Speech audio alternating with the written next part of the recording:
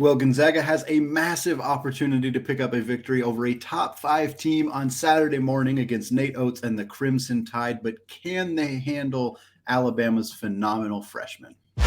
You are Locked On Zags, your daily podcast on the Gonzaga Bulldogs. Part of the Locked On Podcast Network. Your team every day.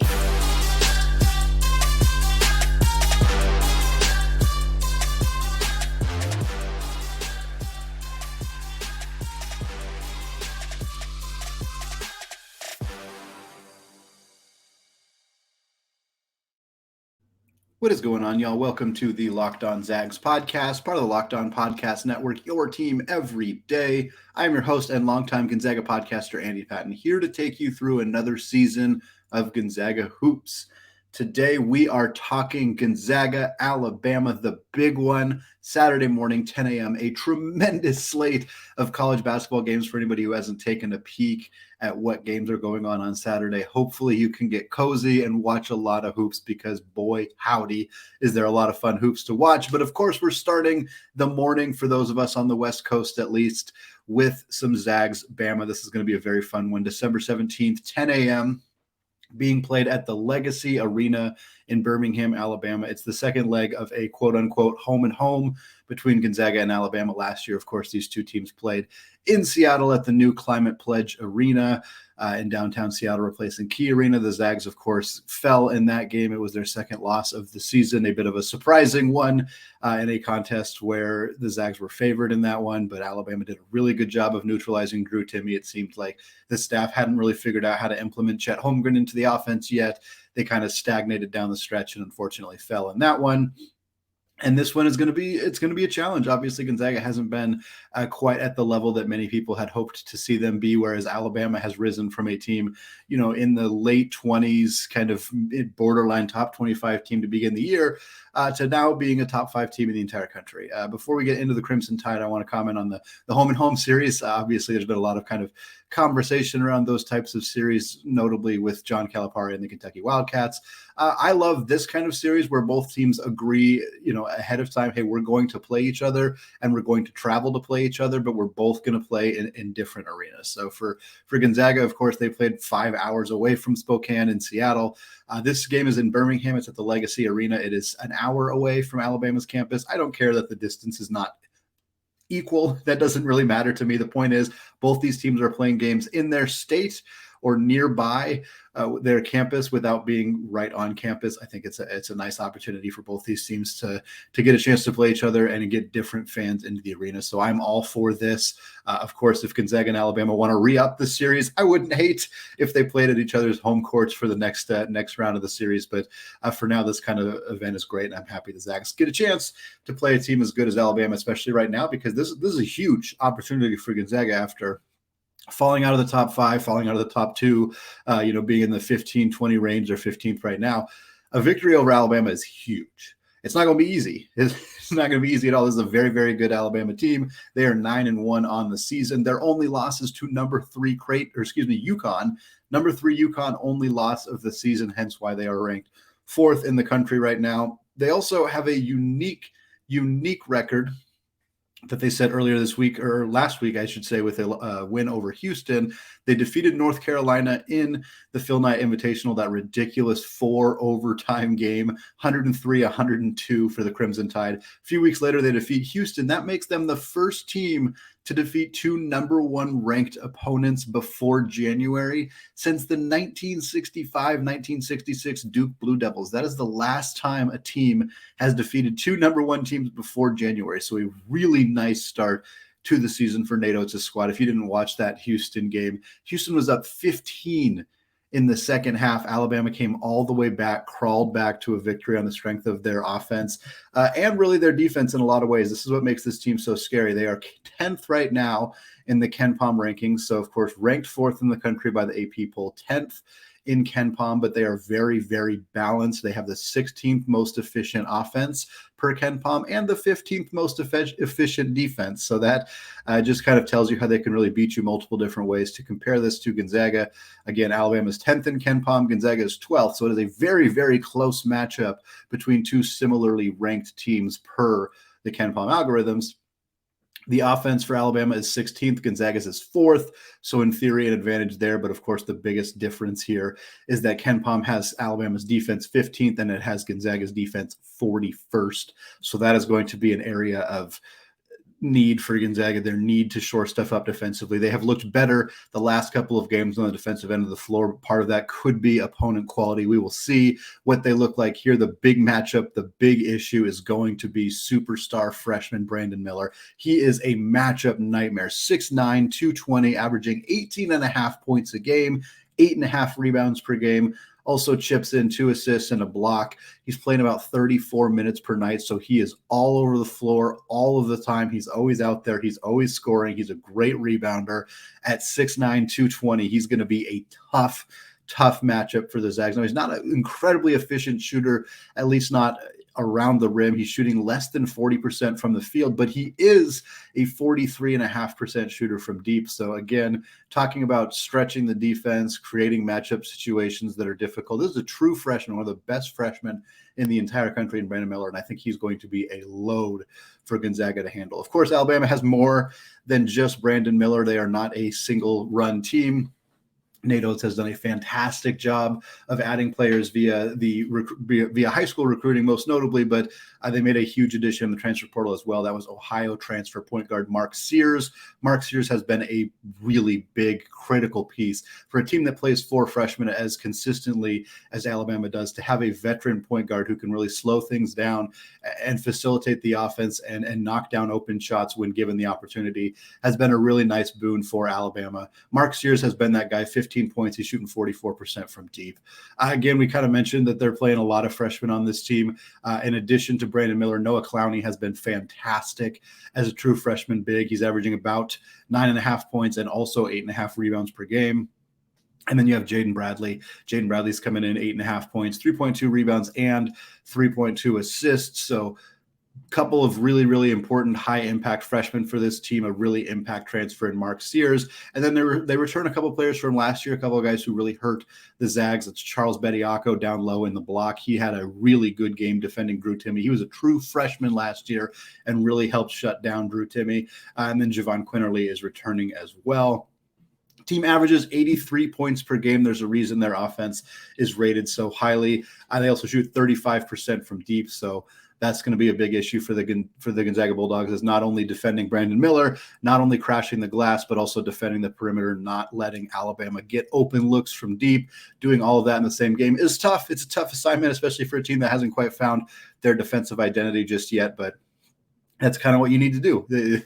You can't give Alabama too many open looks here. You can't resist crashing the glass. You got to be energetic on offense. You got to be energetic on defense. You got to be guarding the perimeter. It's going to be a tough team. Now, the good news, or at least potentially some good news, Alabama has turnover issues. Same issues that Gonzaga has had throughout the season. Alabama turns the ball over 16 times per game. I think they're averaging 16.5 turnovers per game. Their most recent game was against Memphis, a very good Memphis team that almost certainly should be ranked and likely will be ranked by the time the next AP poll comes around on Monday. Memphis only lost this game by 3, in part because they turned over Alabama a whole bunch of times. If Gonzaga can find ways to create turnover and get out in transition, that could help them stay close in this game. We'll talk more about that in the second segment as we look at what I'm going to be watching for in this game. We know the Zags are going to have their hands full with Brandon Miller. We know the Bama's tenacity on the boards is going to be an issue. So let's hear exactly what this team needs to do to leave Birmingham with the victory. But first, you're hanging out with some friends and putting back a few drinks. A few becomes a few too many. As the evening comes to an end and people start to head out, you start thinking of calling for a ride. Now, you live nearby. You can make it home, okay? It's not a big deal. What are the odds you'll get pulled over anyway? And even so, what's the worst that could happen? Everyone knows the risks of driving drunk. The results are tragic and often deadly. However, that still doesn't stop everyone from getting behind the wheel while under the influence. That's why police officers are out there right now looking for impaired drivers on our roads to save lives. So if you think you're okay to drive after a few drinks, think again. Play it safe and plan ahead to get a ride. It only takes one mistake to change your life or someone else's forever. Drive sober or get pulled over. All right, segment 2, still Andy Patton, still Locked On Zags. I want to sincerely thank all of you for making Locked On Zags your first listen of the day. For your second listen today, check out the Locked On Sports Today podcast. From the games that matter the most to the biggest stories in sports, go beyond the scoreboard and behind the scenes with local experts and insights that only Locked On can provide. Locked On Sports Today, available on this app, YouTube, and wherever you get podcasts. All right, segment 2, like I said, we are doing 5 keys to victory for the Gonzaga Bulldogs against the Alabama Crimson Tide on Saturday morning. This is a segment we've been doing throughout the season. Sometimes it's just 5 keys to watch in the game, depending on how concerned we are about the outcome. In this one, of course, Gonzaga is going to have their hands full with Alabama, so we're going to kind of talk about what they need to do in order to come out of Birmingham with the victory. Number 1, swarm Brandon Miller. To me, I think you have to make somebody else on Alabama beat you. If you let Brandon Miller score 20 points, grab 10 to 12 rebounds, have an efficient night from the field, you're kind of asking for a loss. You have to stop Brandon Miller. It is not an easy thing to do. Houston was able to successfully do it for the most part. Alabama still won that game, and it's also worth pointing out that Houston is like the best defensive team in the entire country, or at least one of the very best defensive teams in the country. So really, really tough ask for Gonzaga. The biggest thing here, it's going to come down to Anton Watson. When you look at this team and you look up the matchups and how to figure out what you want to do defensively, you're not going to put Drew Timme on Brandon Miller. He's not athletic enough to handle him. He puts him in the risk of getting into foul trouble. I just don't think that makes sense. Timmy's going to be handling Charles Bediako for the most part.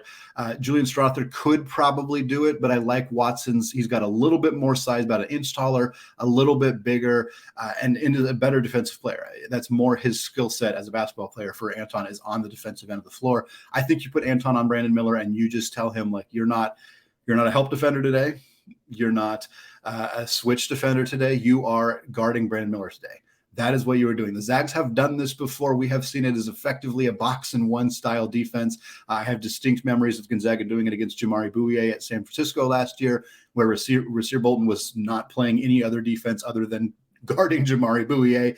I remember all the way back in the NCAA tournament when it was in Seattle, and I attended those games, and Gary Bell was guarding a guard from North Dakota State, whose name I don't remember, but he was their best player by a landslide, and Gary just was right in his face the entire game. That's what we need to do with Brandon Miller. It sucks to take Anton Watson out of any other defensive rotations because of his skill set in that regard. But I think that the best thing Gonzaga can do is swarm Brandon Miller, be all over him. Don't let him get open looks from 3. Don't let him get abilities to crash the boards easily. If Watson can play 30-plus minutes, avoid foul trouble, play good defense on Brandon Miller, that is the best thing he can do to help this team win this one. Next up, we already alluded to it a handful of times, crashing the glass. Alabama's a really, really good rebounding team. If you give them opportunities to get offensive rebounds and second chance points, it is going to be really hard to secure a victory. Giving Alabama second chance opportunities is pretty much a guaranteed loss. The Zags are going to need to aggressively crash the defensive glass. I think it's going to keep the Zags out of transition, but Gonzaga has made that trade-off already this season.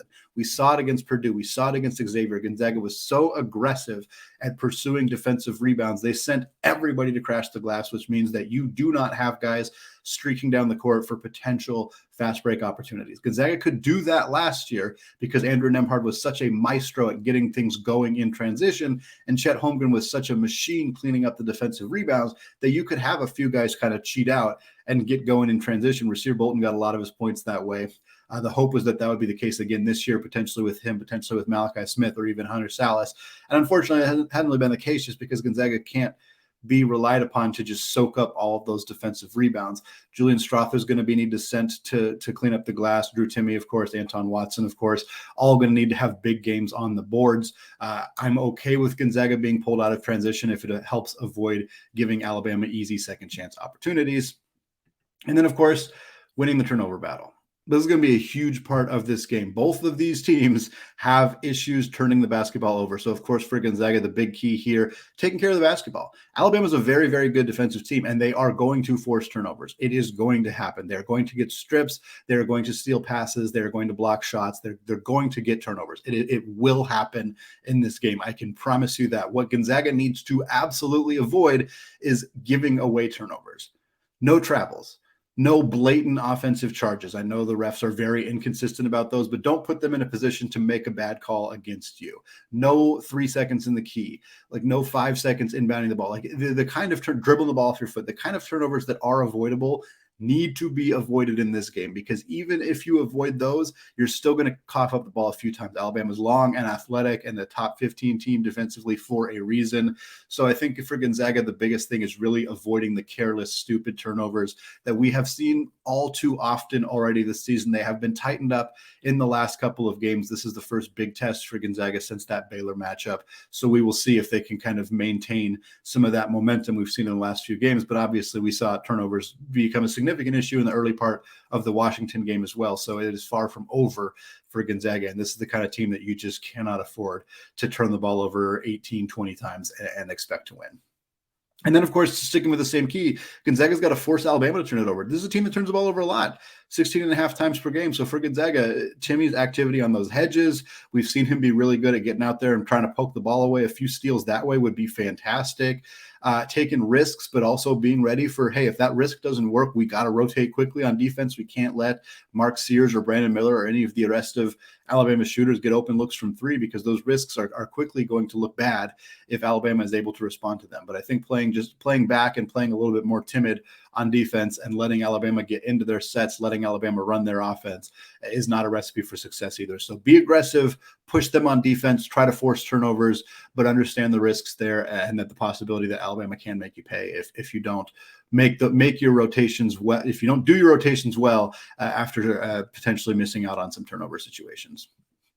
Next key for the Zags, Julian Strawther and Rasir Bolton need big games. Now, Strawther, we talked about his game, the struggles he had in the most recent game against Northern Illinois. He was battling the flu. That was part of the situation for him. He only played 17 minutes. Hunter Salas, of course, picked up a big part of that slack, 30 minutes. We hope Strawther, of course, is 100%. Having the flu while playing basketball and also in the middle of finals week, very not ideal. Hopefully he is at 100%, because the Zags just absolutely need him. They absolutely need his rebounding, his outside shooting, his ability to go to the basket, his defensive ability. They need him. They need him. He hasn't been incredibly consistent this year. Even if you remove the Northern Illinois performance, it's still been an issue for Julian throughout the year. This is a game where they just need him to be the best version of Julian Strawther that he can be. It is a huge part of what this team is doing right now and critical to their success in this contest. And then similar with Rasir Bolton. Bolton has been tentative lately.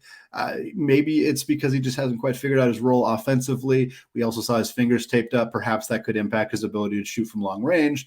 And even when we started to see him get a little bit more aggressive offensively, he looked better in the Northern Illinois game, at least at trying to get to the rim and hunting his own shot. They just weren't falling. I think it was 1 for 7 in that game. The shot wasn't going down. I'd rather see Bolton attempting to take good shots, even if they're not falling, as opposed to the alternative where he's just kind of not there offensively. He's not doing anything to really help the team on that end of the floor. So I'd rather see him be more effective that way. I think that the Zags aren't going to win this game just on the back of Drew Timme. Drew struggled against Alabama last year. It's not necessarily mean he's going to struggle again, but this team knows how to defend him. They know what to do to make him struggle. And if they do that again, Gonzaga needs somebody else to step up. And frankly, more than just one somebody. They need somebodies to step up. The two most likely candidates on this roster to do so are Julian Strawther and Rasir Bolton. If they both struggle, or even if one of them struggles, it's going to make the path to a victory much more difficult for the Zags.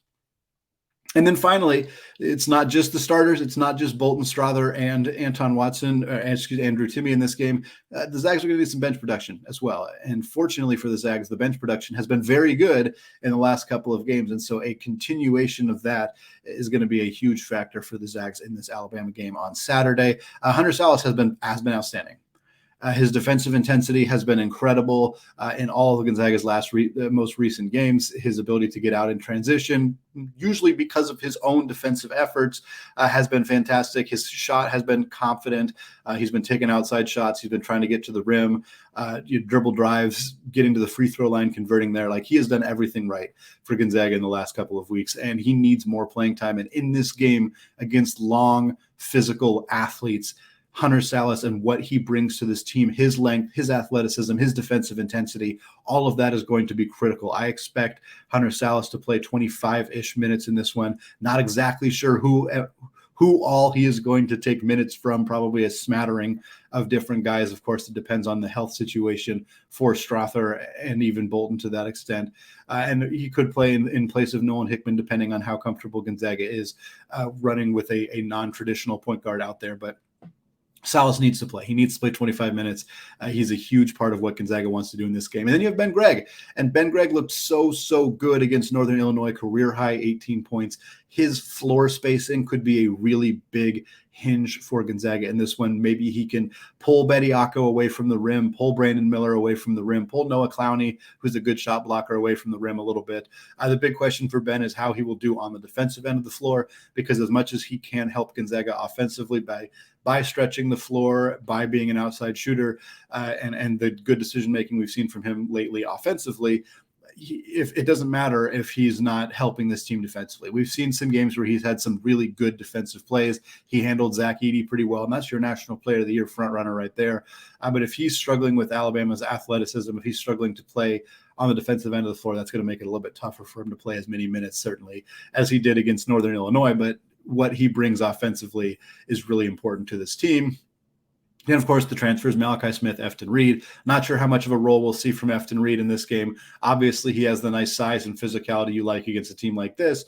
He played against Alabama twice last year while at LSU. Didn't have particularly great results in those two contests, but at least some familiarity could be helpful for him. And then Malachi Smith, another chance to do it against a top-tier opponent. He did it against Baylor. Other than that, he hasn't been a big factor in games against high-quality opponents. He has been very good in many of Gonzaga's other games against teams that are not as good. So it'll be interesting to see another opportunity for Malachi to prove himself against a top 5 team in the entire country in Alabama, a really, really good basketball team. If Malachi Smith can come out, give Gonzaga good outside shooting off the bench, make good decisions, play good defense, that gives us a lot more confidence in what he can bring as the team gets into the conference season. Well, a high priority target for the Gonzaga Bulldogs during the offseason recently put his name back in the transfer portal. Could Fardaws Aimaq once again become a Zag and play in the second half of the season? Before we get into that, though, I want to tell you all about BetOnline. College basketball and the NBA are back in action. College football is entering their bowl season, and the NFL remains in the thick of their regular season. BetOnline.net is your number one source for all of your betting needs and sports information, from all the latest odds, contests, and player props, you name it. BetOnline remains the best spot for all the latest sports developments, including podcasts and reviews for all of the leagues this season.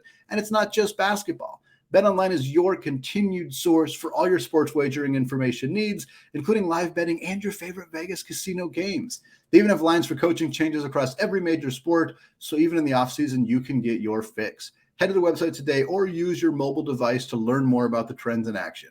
BetOnline, where the game starts.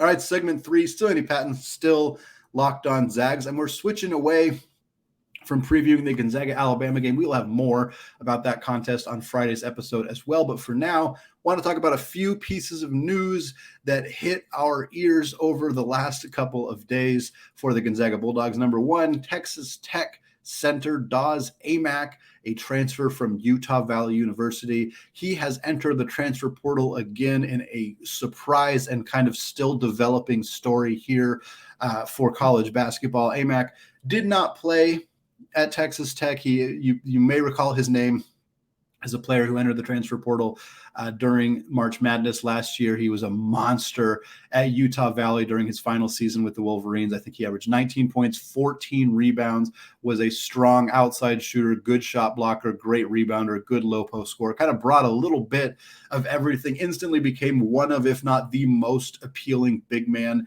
in the NCAA transfer portal. He was connected to Gonzaga. He was interested in coming to Gonzaga. He had been on campus. This was at the time when Gonzaga was very uncertain about the career or the decision that was going to be made by Drew Timme. Ultimately, Timmy's indecision at the time likely contributed to Aimaq deciding to go somewhere else. Gonzaga was in his top 5. The top 5 at the time were Gonzaga, the University of Washington, Texas, Iowa, and of course, Texas Tech, where he ultimately decided to go. He suffered an injury in the preseason, and they knew he was going to be out for a large chunk of the season. Weren't expecting to get him back until the second half. The report that we've heard coming out recently is that Coach Mark Adams at Texas Tech has been kind of rushing him back. And it's kind of unclear what exactly that means. Adams has quotes saying that, hey, he just got his cast off. We'd love to have him back in early January. It didn't sound like he was making him come back, at least not publicly, but we don't know what's going on behind the scenes. Obviously, there's some situations there, some confusion. But Aimaq entered the transfer portal, felt like he was being rushed back and didn't want to stay in that situation through, I assume, NCAA appeals process, compliance office. I don't know all of the details here. It sounds like he's going to be eligible to play right away.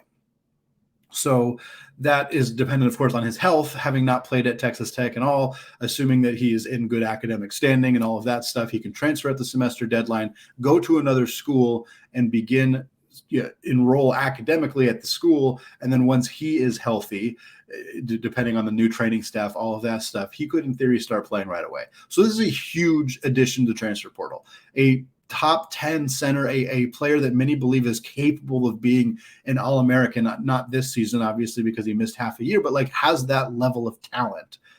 For that player to just be on the market in the middle of the season is unprecedented. Obviously, college basketball is becoming more of the wild, wild west in a lot of ways. This is a likely unique situation that I don't think is going to necessarily spiral into more situations like this. The injury, whatever else is going on there is a bit hard to know entirely, but it is a weird situation and one that creates a situation where a really good player is about to join a new team in the middle of the season. So we'll see kind of what that looks like. To be clear here, I don't think Gonzaga is a major player here. I'd be surprised if they don't at least reach out, because why would you not reach out to a guy who was very interested in coming to your program and who has that level of talent and potential, contributions in him? I'm assuming Aimaq he wants to transfer somewhere where he can play for the rest of the season and play well enough down the stretch to potentially engage in the NBA draft. That's what he wants to do. This is not a transfer for 2023. This is a transfer for this season. And I think that is why Gonzaga is not going to be appealing to him. He's not going to come to Gonzaga and play right away. He's not going to disrupt what they already have with Timmy, with Watson, with the emergence of Ben Gregg. I just don't see it being a natural fit right now. Is he talented enough to play on this Gonzaga team? Absolutely, 100%. But it disrupts. It's not really Gonzaga's weakness right now either. He doesn't fill. The rebounding would be nice. The shot blocking, yes, would be nice. I don't think he's an elite rim protector necessarily, but he would contribute for Gonzaga in that role, but that's not the role he wants. He doesn't want to fill Efton Reed's role. He doesn't want to fill Ben Gregg's role. Like, he wants to be a featured player. And there are teams that might be interested in him in that role, including the University of Washington, which is where I've postulated that is a very, very reasonable possible landing spot for Aimaq this season. They were in his top 5 previously. We mentioned this last week on the podcast, but Washington lost Frank Kepnang, who was their backup center, but he played like 20 plus minutes per night, 9 points, 5.5 rebounds before suffering a season-ending injury. So he is out for the year. Washington has been playing decent basketball, is still looking to contend in the Pac-12. Braxton Mia is their starting center. He is good, but Aimaq, when healthy, is better. I think being able to bring Aimaq in, have him start right away for the University of Washington Huskies, push Mia into a backup role, gives them more offense, more floor spacing, more outside shooting, something they desperately need. I think this is a really obvious fit. Texas seems like less of an obvious fit because of how they've been playing. Of course, Texas has plenty of other stuff that they're worrying about right now with the horrific Chris Beard situation that is happening right now. Iowa, I suppose, could be a factor here as well. Of course, Aimaq is not limited to the 5 teams he listed in his top 5 before the start of the season as well. He could look at other spots, other teams that maybe have had some injuries and are desperate for help in the front court. But to me, I think Washington is a really logical fit. Finally, want to end the show talking briefly about a player Gonzaga is interested on the 2024 recruiting class. We'll talk about him more with Jason Jordan sometime next week, but the Zags are interested in 5-star prospect Isaiah Elohim from Sierra Canyon in California, the same high school as Bronny James. He's a 6'5" combo guard, and he is ranked 13th in his class by 24/7 Sports, 12th in their composite ranking. So we were talking about a top 15 kid in the class of 2024. The report that we saw is that he listed the schools that have contacted him the most times. That list of schools includes Gonzaga, along with Arkansas, Baylor, Michigan, Michigan State, Kansas State, UCLA, and Texas. So there is a lot of really good basketball programs interested in adding Elohim to their rosters. It is understandable why he's a top 15 player. Right now, the Zags have nobody committed in the class of 2024. To be clear, that's not something that I am overly concerned about, but it's nice to see that they are interested in top 15, top 20 type players in the program, and that those players are at least acknowledging, hey, this is a school that has talked to me. This is a school that is interested in me. We have seen the Zags show interest in other players in this class. Zoom Diallo out of Tacoma, Carter Bryant is another big one. Jeremiah Fears. Like, there's a lot of players that they have shown interest in from this class, and so it's not like they're not attempting to recruit in this class, but it's good to see them connected to another player, a player we'll learn more about sometime next week and get a better sense of if Gonzaga is a legitimate player here for a potentially really, really good player to add to the program in a couple of years.